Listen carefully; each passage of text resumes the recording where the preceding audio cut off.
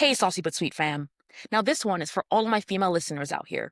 How many of you grew up believing that girls are not really your friends? You can be nice and friendly, but always kept in mind that you're the one that needs to be chosen. Now, this could be in terms of that crush you had at school, or making it on the dean's list, or even getting promoted at your job. Maybe this was not something that you were explicitly told, but you always just had this gut feeling to not trust women. And add on to the fact that there are expectations put on us in terms of how we can look the best and show off our new BBLs or whatever.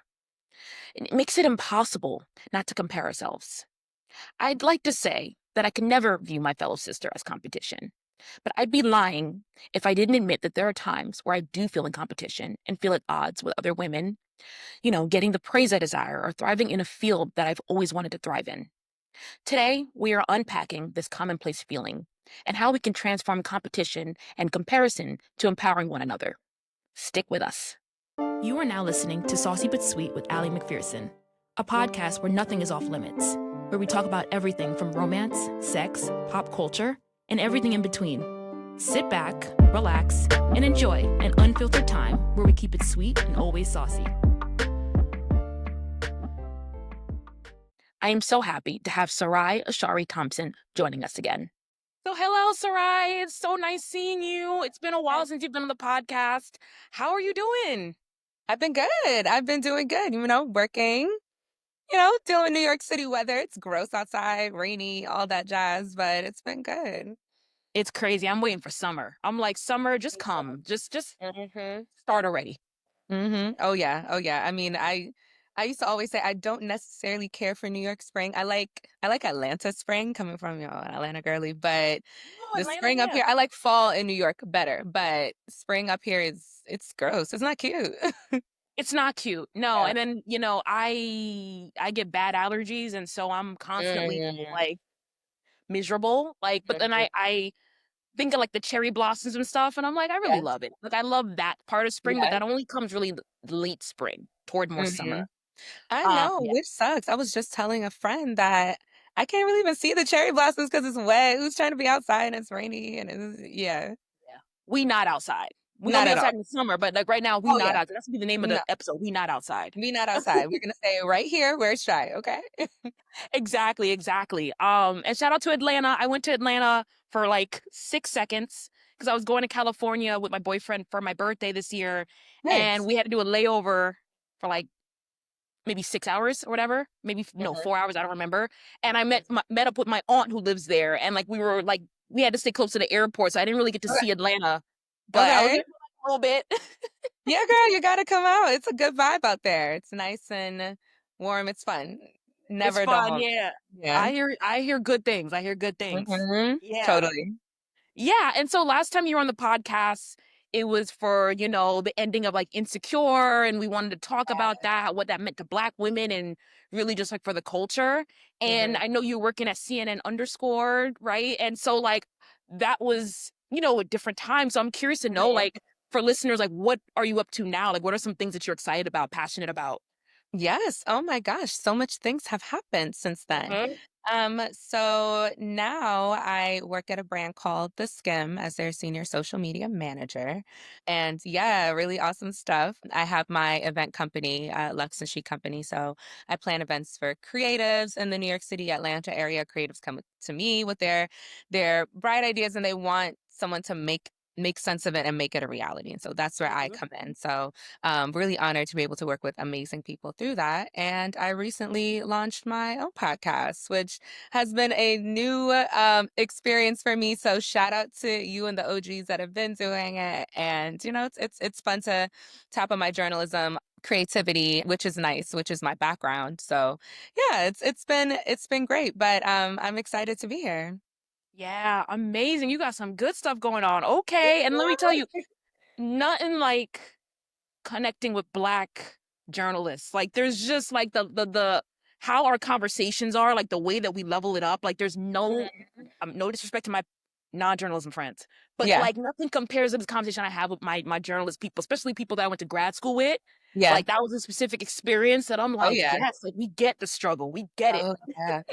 Oh, yeah. Oh, yeah. I think Black journalists in general, we have to stick together. We do. Our voices are so important, especially now. And yeah, it's just great that we can all find camaraderie within each other, and let our voices be heard. So that's Yeah. always something. Yeah. And shout out to Jawan Malachi, who was on my podcast not too long ago. Like, Mm, oh, shout out to him. You know, he has his yeah, event that he definitely. does. Hmm. Pardon me. Yeah, So he's doing amazing things. If y'all not following the Black Journalism Collective, be sure to because they're doing amazing things over there. yeah, I think I might be Mhm. going to an event. Well, I was invited to an event for next weekend. Mhm. So I might hit that up. So Yeah. yeah. Yeah, girl, definitely, definitely go. I'm sad I'm missing it. So go and enjoy for me. Yeah, we're going to party. Nobody party like journalists, you know what I Okay. mean? Okay, we got a lot of stress to get off our chest. Okay. Yeah. Yeah, and so for this episode, like I'm naming it, you know, on Wednesdays we wear pink. You know, shout Okay. out to Mean Girls. I Just love like for the that. irony of like, you know, the Mean Girls obviously was a movie just about like really mean women who were just like Mhm. in competition all the time. Like, you know, Regina George just wasn't nice and everything. And I Mhm. just kind of want to put a spin on that of like us doing the opposite. Like, I feel like we need to be women empowerment. So on Wednesdays we were pink. I want to kind of, I don't know, change that around a little bit. So I thought that would be Okay. cute for the episode. And for someone like you who wears so many hats, you know, I don't know your experience with like dealing with competition or anything like that. But as someone who does so much and, you know, the industries are so tough to get your feet in, do Mhm. you ever deal with competition and feeling a little bit like, ah, that jealous feeling that you can't really get rid of? That's something that you've dealt with being in your career? That is a really good question. You know what? I want to say yes and no because Mm, I think a lot of the narratives are in my mind, right? mm, So I may feel like I'm in competition with somebody or somebody doesn't necessarily like me but I have experience where someone just is not with it. They're yeah. just like we just don't connect. You don't like me, I don't like you. It's mutual, cool. But for the most part, I experience camaraderie as I'm going through my career. I feel like I always say this to my clients, every brand has a competitor, whether you Mm, know it or not, or you have an aspirational competitor. And I like to see it as more so energy driven as you see the competitor and it's like, okay, like I admire you and I want to be like you, but even better, I want to take what you're doing and do it even better, but still respecting that person. I think some that's where those lines get blurred sometimes is people don't necessarily know how to see someone, respect their craft, and aspire but want to be better and not have this like envy in their hearts when they're doing something. And I get now why some people even keep what they're working on private until they announce it because some people are literally wishing on your demise. So I can say that I have experienced in general where there is a jealousy factor with someone or someone just doesn't like mm, me. But I also have to check my own self and what narratives I'm holding in my mind and what I'm assuming without full confirmation of what I may be feeling, you know? yeah, I think a lot of it is in the mind. And, you Mhm. know, the sad thing is, I feel like whenever, like, I'll talk to a woman about issue they're having, it's always with another woman. Even Mm, if they're not necessarily competitive people, I feel like it's less that they're dealing that with men. You mm. know, like, and Interesting. it sucks. Like, even with like my homeboys, like, you don't hear your homeboys talking crap about each other. Like, it's not. Like maybe it's like fun, like little beef stuff, like maybe like Kendrick Lamar, Drake, like you know what I mean. But it's like they can go for beers after, you know what I mean. They can go for like a position and compete for that position, but then like go for beers. But like I Mm, feel like with us, we take it personal, and I'm like, I don't know. I'm like, we gotta like, I don't want to say be like the men, but I don't mm. know. It's just, You know what it is too with men though. Men don't talk enough. They hmm, do, but you'll see men that are usually friends with the same friends they've been friends with since childhood. And they yeah, know sometimes that that friend, they probably shouldn't be friends with this friend, but they're hmm, gonna ride for their friend. Like they are very loyal. I'll give it that. Like they're loyal to their homeboys. yeah, But they are, versus women, I find we're very analytical yeah, and we're going to process and we have emotions and we feel. And so that's why I think sometimes we go through these ebbs and flows in our friendships is that um sometimes it may not be regulated where you are just like emotionally over analyzing your friends or under analyzing, and this friendship does not, it should not be there, it does not, it no longer serves you. But I do think as we're going through that, there should be a healthy balance as women where Yeah. we can analyze and go through the flows of friendships and understand when some friendships are for the time, some friendships are industry, some, you know, some are forever, Mhm. and accept it and be able to move through that without tearing somebody down or having some type of beef because um but I think like I wouldn't necessarily say we should be like that, man, because I think they Yeah, also should be yeah, talking and doing a little bit of do a yeah, little self-analyzing when it comes to your friendships, you know? yeah. I just don't feel like men have that, like, as much as I just and it's, like, kinda like Mhm. even like my boyfriend, like, the way that he's just a different type of person, but, like, the way Mhm. he is, like, it's, like, no competition with anybody, and I'll be over here like, "This person, got praised at work and I didn't." You know what I mean? Like, there are times where I hate that, I have to admit it, like, there are times where, like, someone I'm working with may be doing the same thing as me, and they'll Mhm. take more work than me, and I'm like, "Should I be doing that? Like, should I be doing what they're doing?" Mhm. And then I have to say, "No, I'm me. I gotta do this. I know what I bring to the table uniquely, and that person is doing what they wanna do." Like, I'm finding ways to, like, not compare because I know what I do, that person can't do, right? Or opposite, like, it's fine. Mhm. Like, there's room for a lot of people at the table, and I think of, like, Gabrielle Union, who years ago, she admitted, and I applaud her for admitting, like, "I was a bitch." Like, Mhm. I did not think that there was room for me and other women, and she admitted it and made it, like, almost, like, normalized to say, "Oh my god, I need to change my thought, go to therapy, talk to someone." Mhm. And, like, I respect her for doing it because 'cause I'm like, I understand that feeling, and I've never been, like, a bitch to anyone, like, outright, but, in my head, I've definitely been like, I've had that, so. Mhm. And I feel like that's human though, to have those emotions, but I think it's also human to be able to self-reflect and be like, "You know what? I was wrong for that. I didn't have to feel like." And I Mhm, think in this industry and kind of like what we were talking about just before about mhm, even being Black and a journalist and camaraderie. And I mhm, think that in regards to women and camaraderie, and it's funny because like these are conversations like I even have on my podcast of just like the friendships, and I'm starting to hear this theme of like friendships are very important, but even then, like outside of friendships, the connections that you could make, like you really could injure yourself by seeing, okay, well, what are they doing, or what are, and like you're mentioning, like understanding what you bring to the table, because you could self-sabotage your growth across by over analyzing what someone else is doing. When it's mhm. like, look at yourself, what you got going on, like what am I doing? And this is me talking to myself too, Yep, because yep. it's hard to feel, especially when you're working really hard. It's easy to beat yourself up when you don't see necessary results, but then maybe your counterparts are getting Yeah, certain accolades, and yes. you're like, but I've been doing this for years. Like, why am I not getting these same accolades? And it can be frustrating. And that's, I feel Mhm. like that's fair and that's human. Yeah, and let's be fair, social media, uh, plays on these feelings even more because that's a space where you do promote yourself and maybe comments are said that can offend you, that you're getting, comparing to another woman, like someone comparing you to someone else in the comments or something, like that all plays in to make it even worse. And I keep talking on this podcast, like it's hard to tell whether social media makes things like better or worse. I think it's both. I sometimes I praise social media on here, and a lot of times talk about I talk shit about social media because I think there's so much bad, but there's Yeah. also good, right? Yeah.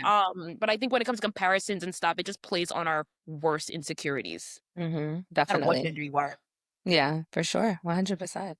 Yeah. And speaking of that, we can get into like what happened on the Breakfast Club, which is my I need the Breakfast Club every day. Like it's my radio show. I don't know if Mhm. no other listeners are listen to it, but it's hosted by Charlamagne the God, DJ Envy, and now Jess Hilarious, who's a comedian. And there was a situation where, Jess Hilarious went on maternity leave after getting the host job there. And in going on maternity leave, something I recently learned was that she asked for Lauren LaRosa to really take her place, who's another woman in the hip hop culture Mhm. space. And, she's a commentator, she's a contributor, she's very smart, more like in the journalism space too. And Lauren LaRosa took her place, for maternity leave. We all loved her. Everyone was like, oh my God, she's great. But then there were so many comments slamming Jess Hilarious while she was gone, saying, oh, Lauren's better, she should take her place forever. And then when Jess came back, she was like, oh, okay, I guess Lauren's staying on the show. Like, what's happening? Like, Jess didn't feel like the show was really there for her anymore. Like, she didn't feel like she had a place in the show. And there was a whole episode dedicated to how she felt. Mm, And her and Lauren kind of went back at it because Lauren was like, what happened? I thought we were cool. And I think a lot of it was just the comments were getting to Jess of like, Lauren's better, Lauren's better. And unfortunately, she kind of paid more attention to social media than anything. And I think also the show didn't do a good job in making Jess feel like she can come back to a show mm, that she was being valued. mhm. And I like how that, you and I talked about this off camera. Like, there was a point where, like, they kind of actually came together after that and were like, you know what? I love you, sis. You're doing the damn thing. Let's find a way to still work together. They did a funny little video based on like Brandy and Monica, The Boy Is Mine. I would put it in this episode, but I don't want to get sued by anybody. So, Yeah, let's not do that. Well, yeah, that's fair. but that video, when I saw it, I thought it was hilarious. And I was like, oh my God, this is how you do it. This is Yeah, how you definitely. do it. Definitely. Yeah. Yeah, I love the camaraderie of it. I think that, and oh, and just disclaimer, because opinions are my own because we both work in media. But I will say that I appreciate seeing women camaraderie, just like you can disagree and then come to a common ground. Because social media, being a social media manager, like social media really can define narratives. And so I really appreciate that because in media right now, even in music, you see a lot of women Mm-hmm. butting heads. Like Mm-hmm. prime example would be Nicki Minaj and every single female rapper, it feels like.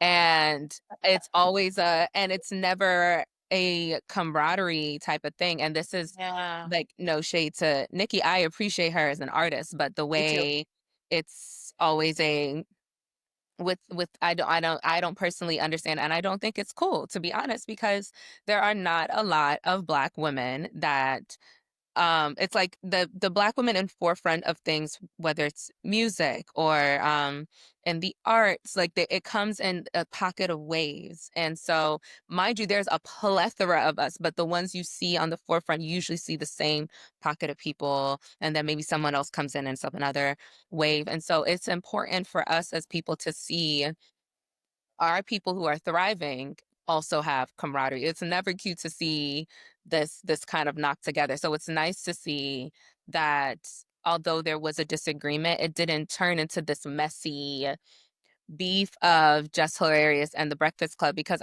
quite frankly, I don't feel like The Breakfast Club has done a great job of making the women on their teams feel safe in general. And so I'm not necessarily surprised that Mm-hmm. Just Hilarious is kind of coming back like, because I'm so sure if she was like, well, I'm done, they wouldn't say nothing. But all right, well, later, whatever contract they have, like break it, I don't know, based off of social media kind of being like, "Oh, yeah, like, we're gonna go with this other person, like, she's better," like, you know what I mean? So, I think it also plays a part of management as well of not assuring like, "Okay, your maternity leave is done, can't wait to have you back at this time. We love Lauren, but we're gonna move her to something else and Yes. transitioning. We like her a part of the brand, but we also Yes. know there's a world for both." Yes. But unfortunately, media is not always that kind. It sounds good in a perfect world, but it's just not. No. And just really to be fair, yes, she did kind of go off on her Instagram live on everybody, but she also, she was kind of calling more out the show than like Lauren specifically. Like she did say Lauren kind of pissed me off. I'm not gonna hold you. I didn't really like her, blah blah blah. But she had said it like I didn't like her. She didn't say it like, oh, I don't like her now. She was saying, at the time I didn't like her, and she was honest about it. But she was kind of speaking more about the show and like what the show didn't make her feel valued. And like that's what I think she was trying to focus on instead of slamming, Lauren LaRosa. Like Lauren LaRosa really isn't the enemy, right? It's Yeah. the fact that, like we were saying, like you're coming back to your show and you're like, wait, why why is this person taking my exact slot? Like, and also we were confused. I was wondering where's Jess with the mess? Because Jess with the mess was her segment that now turned into Jess with the mess with Lauren LaRosa, but only Lauren LaRosa was talking. That's not how Yeah. you do it. That's not, and like there should have been more an explanation on like, well, how are we doing it? And now they have a better thing, but still it is kind of like Lauren did take that over completely now. Like she did take over Jess's like slot. And I don't know, I feel bad for Jess. Like now that I do feel a little bad. It's like, damn, like how's she supposed to feel, you know? I think that's odd because I mean the title is called Jess with the Mess. So, common sense would say we want Jess with the mess.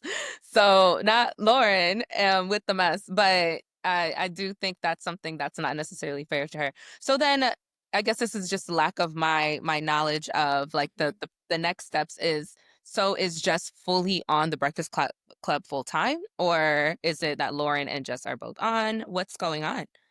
Yeah, so they're both on, but Jess is also a comedian, so there's a lot of times where she's just not there because she Mm. has her own career in comedy, and so many times Lauren LaRosa will just be there instead of her. Which is a setup they have, but also I think what they were trying to do, they did it bad, a horrible job at this. But what they had tried to do is when Jess came back, they wanted it to still be just with the mess with Jess, but there was a lot of like reporting things that Jess just doesn't have a reporter's mind. You know, she just doesn't. She's a comedian. And so I think when there were certain reports that were being said on the show, Lauren would come in and say, "Hey, I know this is just with the mess, but I'm Lauren LaRosa, who's from TMZ, so I know how to report." So she would come in for the reporting aspect.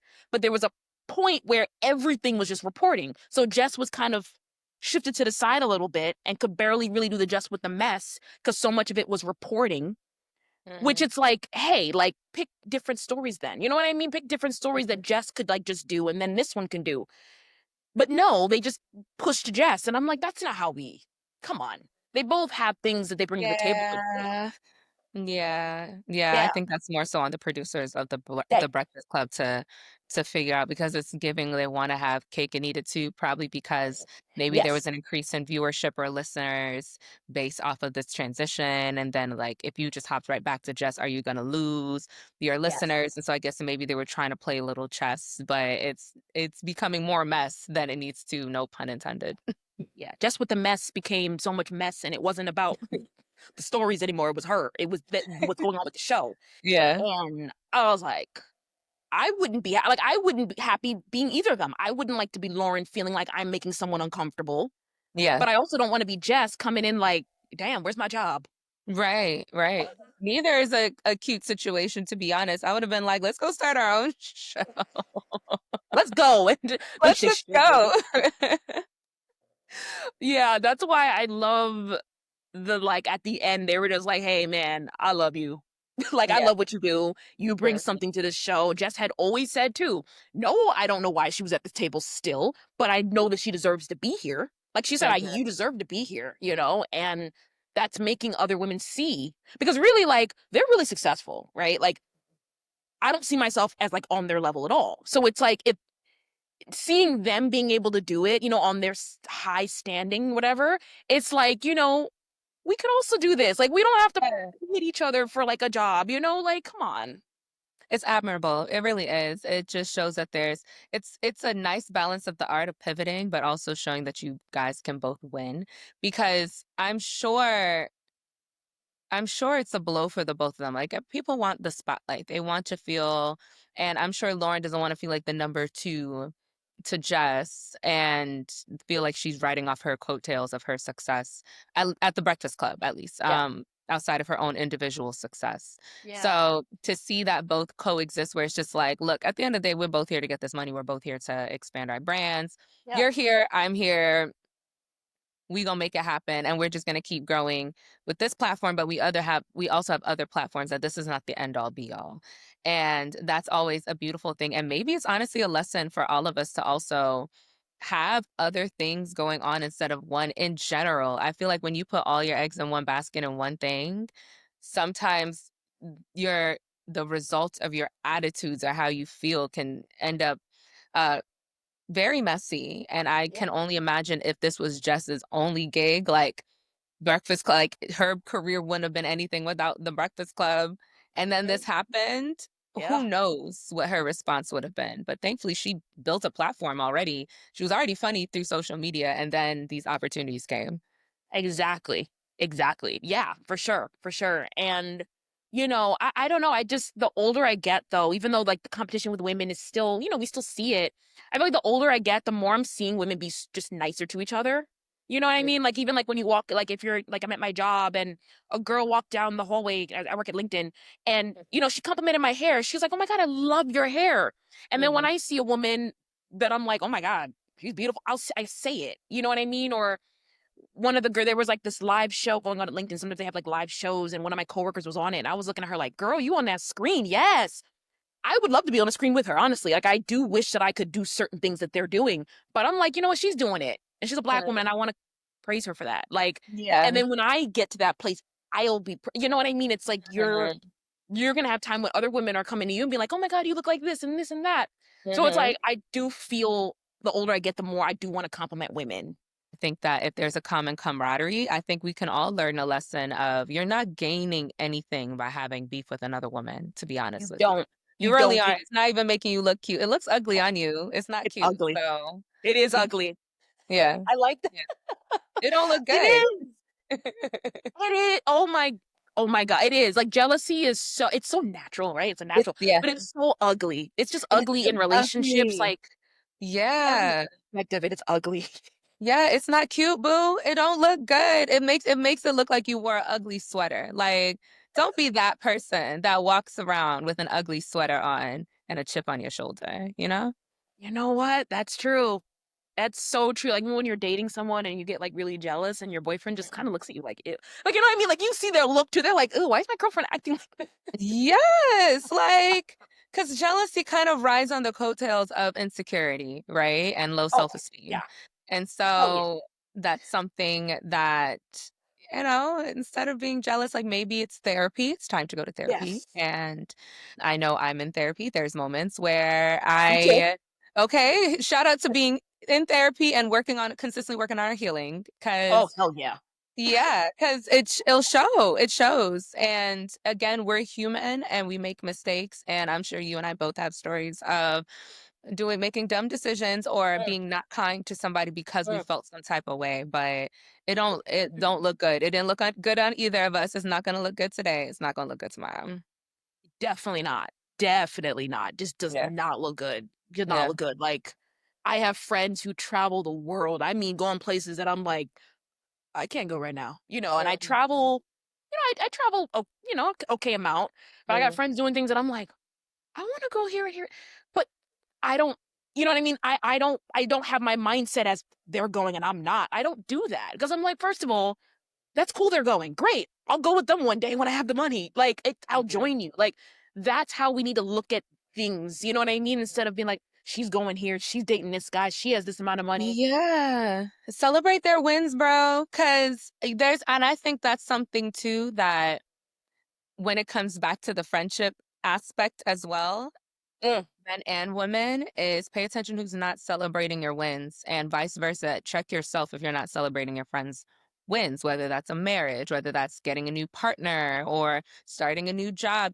You as the friend should know their journey already to what it took to get to this point. And although you're not there yet, it is not your time. That doesn't mean that you don't deserve nice things because I'm so sure we can think about one nice thing. We woke up this morning. That's a nice thing. Like think of the nice things and hope that when your nice thing comes, mm-hmm, you're excited and you're happy. And I feel like you see that a lot with new jobs or newness, anything new. mm-hmm. And then you start hearing someone kind of give a negative comment. It's seen a lot of relationships when someone gets a partner and all of a sudden it's the comments and it's the oh okay oh you never hang out anymore like things like that when it's just Yeah. like just That's so just whack. be, just be happy for the Be person happy. and yeah be happy for the Yeah. person if there's a moment that you're like all right I'm gonna check them as a friend lovingly cool but just do your heart posture before you do that. Yeah. And figure out why are you checking them? Are you checking them because Yeah. you're insecure or because you generally see something that you want them to better in themselves? Which is awesome, right? Like, hey girl, let me sit you down. You should not be doing this because like you're hurting yourself or whatever. Um, exactly. Exactly. Like it's just it's so whack to be jealous. Jealousy in general, like we should like shame jealousy. I don't know. You know what I mean? Like you don't want to. It's like these net. Let's cancel jealousy. Cancel it. Let's put that in a. Just cancel it. Like I'm at the point where like, oh my God, you're having a kid. Let me throw you a baby shower. Oh my Mm-hmm. God, I'm here. Let me buy your kid something. Oh my God. Even though I really want kids and I would love to have a baby shower, I want to plan this for my friend because like the homie's doing something great. You know what I mean? Or you're getting married? Can I be maid of honor? Can I? Mm-hmm. These should be your thoughts, not, oh, she's getting married. Damn, why my boyfriend didn't ask me to get like Mm-hmm. no. You know what I mean? Like don't make it about you. It's like, Yeah. and Yeah. I have people in my life. I'm very lucky. I have people in my life that every good thing I tell them, they're like, "Oh my God, great." Yeah, yeah, yeah, definitely. I'm blessed to say that I have those people too, because I didn't always have those people in my life. Mm. And I've had throughout my life, I've had amazing people, but sprinkle of people that over time who I'm no longer friends with, we're Mm. not fully celebrating my wins, but I was readily celebrating theirs. And so you have to pay attention because when your friend wins or your brother, your sibling that you're close to, you have to see it as that's a win for you too. Yeah. Because the hope is that, right? That when they're winning, they're gonna bring you up with them. That's the hope. Because then also at this vice versa is when you're in a situation of power that I pray that you're also bringing your people up with you that Mhm. when we're all everybody eats. And so if Mhm. if it's all thought about it in that process, and I think the same thing with like the situation with Just Hilarious and and Lauren, it's that I'm so sure if Lauren or Jess in general do something, they're gonna have each other in Yes. mind based off of, you know what, like they're bugging out over at the Breakfast Club, but we doing it, so we here. But if I Yep. ever get something else, guess who's coming with me? You know what I mean? I would assume that something could happen. So yeah, it's way more beneficial to celebrate the wins. We'll be right back with Saucy but Sweet with Ali McPherson. Are you ready to become the best version of yourself and live your best life? Are you tired of feeling stuck in your career, relationships, and your day to day routine? It all begins with you. In order to give your best, you have to become your best self. Stop living by default and create the life you want. I remember when there was a time where I felt like I had no control over my life. And the best life coach slash relationship coach to help me put my life back together was Odette Codenell. If you're a hardworking, independent, successful woman who lacks energy, focus, and direction, feels overwhelmed, stressed, and anxious, thinks there is never enough time, puts herself at the bottom of her priority list, feels a lack of connection in her marriage and relationships, feels stuck and afraid of change, Odette can help. You don't have to keep struggling, and you don't have to figure it out alone. Odette has found the tools to learn how to stop living by default and start creating the life and the relationship that she wanted and help countless clients do the same. Visit www.odettegodinel. She will definitely change your life. And you mentioned earlier Nicki Minaj being not a good example of women empowerment, and I definitely agree because I think she's the best rapper, best female rapper of our generation. I'm gonna give her Hands that, down. Hands down. hands down. But I'm like, personally, I'm like, dang, you could have really gone a different direction personally because you're so damn good. Everybody knows you good. You great. You Mhm, up here. mhm, And mhm. it's like I wanted to spend time shouting out the women who actually are so good at women empowerment. The celebs that she actually all of them that she beefed with actually are on my list of women that are doing the damn So thing. frustrating how she beats with everyone because she don't have to be like that. It makes me She so. doesn't. We know you're the best. We know you're better than than Oh, like you're most the people. best, Nikki. Come on, stop it, stop it. No disrespect to Lotto, but like, yeah, you're a better rapper than Lotto too. Like, we know. Tell her, like, make her feel good still. Like, make her feel good. Bring her on a song. Come on. Anyway, that gets on my nerves. But Lotto. I want to mention Lotto on a list of women that are top notch with women empowerment. Lotto, Cardi B. Love Lotto. Everything that Love comes out of Lotto. Lotto's mouth is positive about women. Love Lotto. Cardi B, yes. Cardi B is definitely Cardi B will hop on your track quick. Like she's and they have fun in the music videos. They look like they're having themselves a time. I love it. Glorilla. Mm-hmm. Shout out to Glorilla. Um, who else? Megan. Megan Thee Megan is Stallion. another one. Yeah. Megan has always been very like we here for the girls, and I'm here for it. Yeah. Love her. And Yeah. then also someone who I consider a friend of mine. She was on this podcast. She's founder of Transparent Black Girl. Okay. Um, Yasmin Jamila. Shout out to her. Who, Mm, if you go on her Instagram, her Transparent Black Girl Instagram, all you see is just health and wellness empowerment mm. for Black women. She I also love has that. one for Black men too, just for Black people in general. Ooh, Everything that's positive, amazing. positive. Wants us Mhm. all to win. Love it. Mhm. I love that. That's Hmm. so important. I just think that again, if there's no lesson to learn, again, if you feel in some type of way about somebody and it's showing in your face and your actions, you're gonna get acne. How about that? You're gonna break out from acting a fool. Stop it. Stop being jealous of people. Good. Just stop being jealous. Like Stop. cancel jealousy. Just we're done. We over it. It's not cute. We're over it. It was never It's cute never cute ever. at And all. yeah, I'm glad we doing that. We going on this podcast moving forward. We going any jealous tendency we see somewhere, cancel. Every guest on my show, I'm gonna be like, we all gonna cancel it together on this show. Mhm. We gonna do that so listeners know. Anytime it pops up, no, no, no. Saucy but Sweet by Ali McPherson says that we cancel jealousy. Yep. 100%. We're not doing that. Forever. Okay. Exactly. Period. Exactly. Yeah. Yeah. Yeah. Well, this has been a great conversation. We're canceling jealousy together.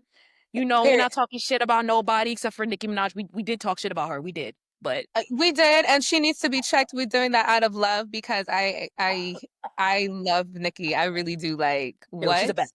Roman's Revenge. Listen, I'll sit there and mouth her songs word for word, but she gotta cut it out. It don't look good. She Cut can't be it a lone out. ranger in this world. Like I want to see her with the camaraderie and with the girls. That would make me happy because Yeah. to me she was like, I don't know, like I felt like everything pretty and girly was Nikki, but everything hard and amazing that's girly too was Nikki. Like she gave that both side vibes. Yeah. And so to see that it's annoying. Stop it. Yeah. Yeah. Girl, we want you to win, girl. Me too. Me too. Leave your husband too, because the husband a whole other episode. Girl, we just want to see you live a whole new life. I don't know. We just want you to I just want you to be happy. Okay. Whatever makes you happy, be happy, but also be kind about it. be kind. Yeah, be kind. Yeah. Yeah. But you Yeah. know, that's what we do. That's what we do on this show. We check people with love Mm-hmm. all 100%. times. But yes, you know, you can come on the show anytime. Thank you for being a Thank part of you. this. Thank you for having me.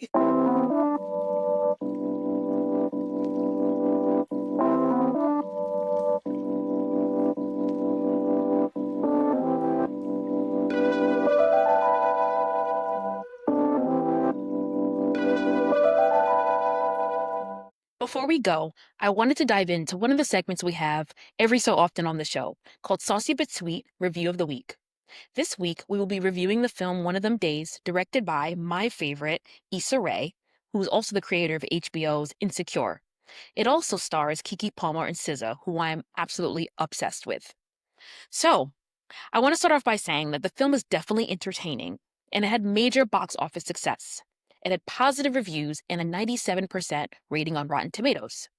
It was bringing us back to the buddy comedy era, like, you know, films like Friday by Ice Cube.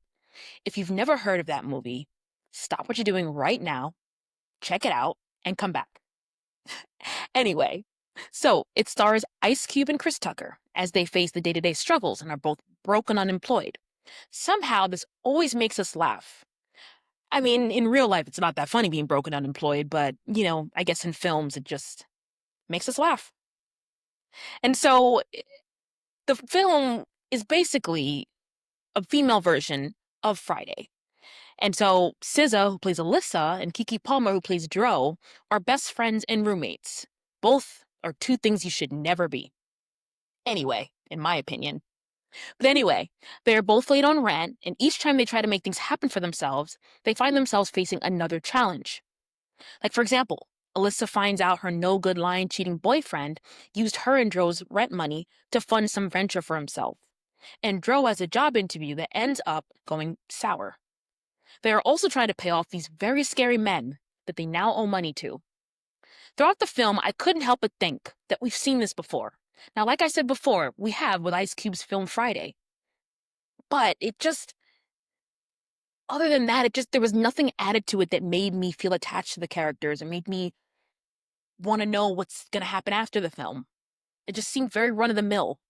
And I didn't have any real laugh out loud moments. If I had been on an edible or something, I probably would be cracking up. But as it was, I just didn't really feel much. It felt like, wow, I love SZA and I love Kiki Palmer and Issa Rae, but it just felt very run of the mill. And the acting was fantastic, especially with it being SZA's first film. I mean, she did great. But, you know, if I really was gonna rate the movie, I'd give the film 2 stars, maybe 3 for effort, if I'm being generous. But, see the movie for yourself. Maybe you'll have a different opinion. A lot of people thought the movie was funny and great. And maybe it's because we don't see a lot of buddy comedy films. But as it was, it just didn't really hit for me. But that's all for this week. Thank you for tuning in to Saucy but Sweet with Ali McPherson. See you next time.